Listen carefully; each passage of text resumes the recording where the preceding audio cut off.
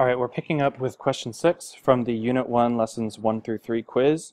Question 6 says that we need to solve the equation by factoring, and we have the equation x squared plus 10x minus 24 equals 0.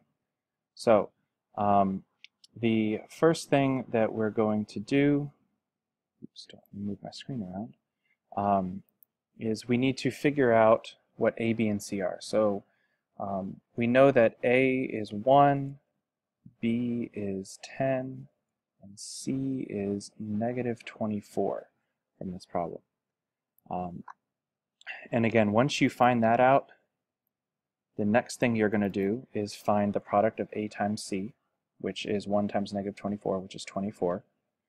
And we need to find two numbers that multiply to be negative 24, and at the same time those two numbers are going to have to add up to be our b value of 10.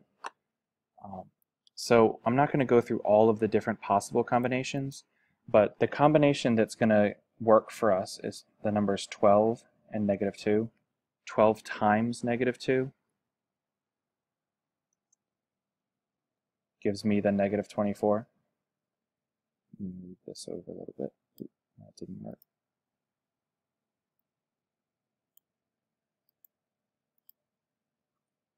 And at the same time, 12 plus negative 2 is going to give me the b value of 10. So that's why those are my two numbers, 12 and negative 2. So some of you guys, I know when you went to pick your answer, just said, okay, well the answers must be 12 and negative 2, and you picked A. But here's what you actually need to do. Hopefully you'll remember from working on problems like these in class that once you find your two numbers, 12 and negative 2, you plug them in the parentheses. The first number 12 goes in as x plus 12, and the negative 2 goes in as x minus 2, and that stuff equals 0. So then you ask yourself what number plus 12 equals 0, and hopefully you realize that would be negative 12, and then what number minus 2 equals 0, and hopefully you'll realize that's positive 2, which means in the end that our answer choice is B and not A. Okay, for number 7, it's the exact same process, but the numbers are going to be a little bit more difficult this time.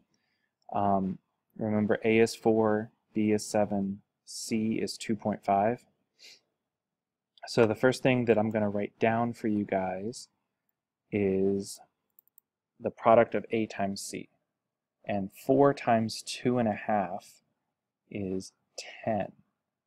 And so what we need to do is find two numbers that multiply to 10 but add to our b value of 7. And hopefully pretty quickly you should be able to see that the two numbers that multiply to 10 and add the 7 are 5 and 2. So what that's going to do, I'm going to have to switch over to a different document so I can have some more space to write all this stuff. But because A is not 1 in this problem, we're going to have to split the 7x into the 5x and 2x and then go through the longer method for factoring. Picking up over here in this Google document now, and I've written down the original equation, and what we're going to do is now split up the 7x into 5x plus 2x, since we realized that our two factors had to be 5 and 2. So we've got 4x squared, and we're going to say plus 5x plus 2x plus 2.5 equals 0. And then what we're going to do is I'm going to copy this line and write it again, but what I need now is I'm going to group the first two items with parentheses, and I'm going to group the last two items with parentheses. And then what I need to do is look at each of these sets of parentheses and figure out what they have in common. Hopefully you can see that from the first set of parentheses, the only thing they have in common is x, and when you factor x out, you'll be left with 4x plus 5. And then you're going to leave a little bit of space.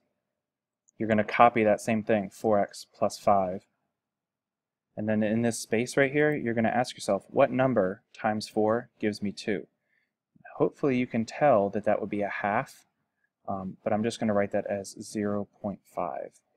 And because it's positive 0.5, I'm going to include a plus sign. So I have x times 4x plus 5 plus a half times 4x plus 5, and all that equals 0. Then what you're going to do is, looking in this last line, see what this stuff and this have in common, and hopefully you can see each of them has the 4x plus 5, so we're going to take that out and write that first. And then our second set of parentheses is going to be everything that's left over, which was x plus 0.5, and that's going to equal 0. And then we have two equations. Our first equation says 4x plus 5 equals 0, and our second equation says x plus 0.5 equals 0. And we need to solve each of these. So for the first one, we're going to bring the negative 5 to the other, the 5 to the negative side, to the other side, and it becomes negative. And then we're going to divide by 4, so we get our answer of negative 5 over 4. And then in the second problem, we have x plus 0.5, so we just need to bring the 0.5 to the other side, and it's going to become negative. So we can say x equals negative 0.5, or realize that that's also negative 1/2. So then coming back to our quiz paper, we're looking for negative 5 over 4 and negative 1/2, and we see that that is choice B. So the answer to 7 was B, the answer to 6 was B, the answer to 7 was B. And that is the end of the video. That's all 7 questions. Hopefully, if you have struggled with any of these questions, this video has helped you figure out what you did wrong and the right way to go about solving these problems.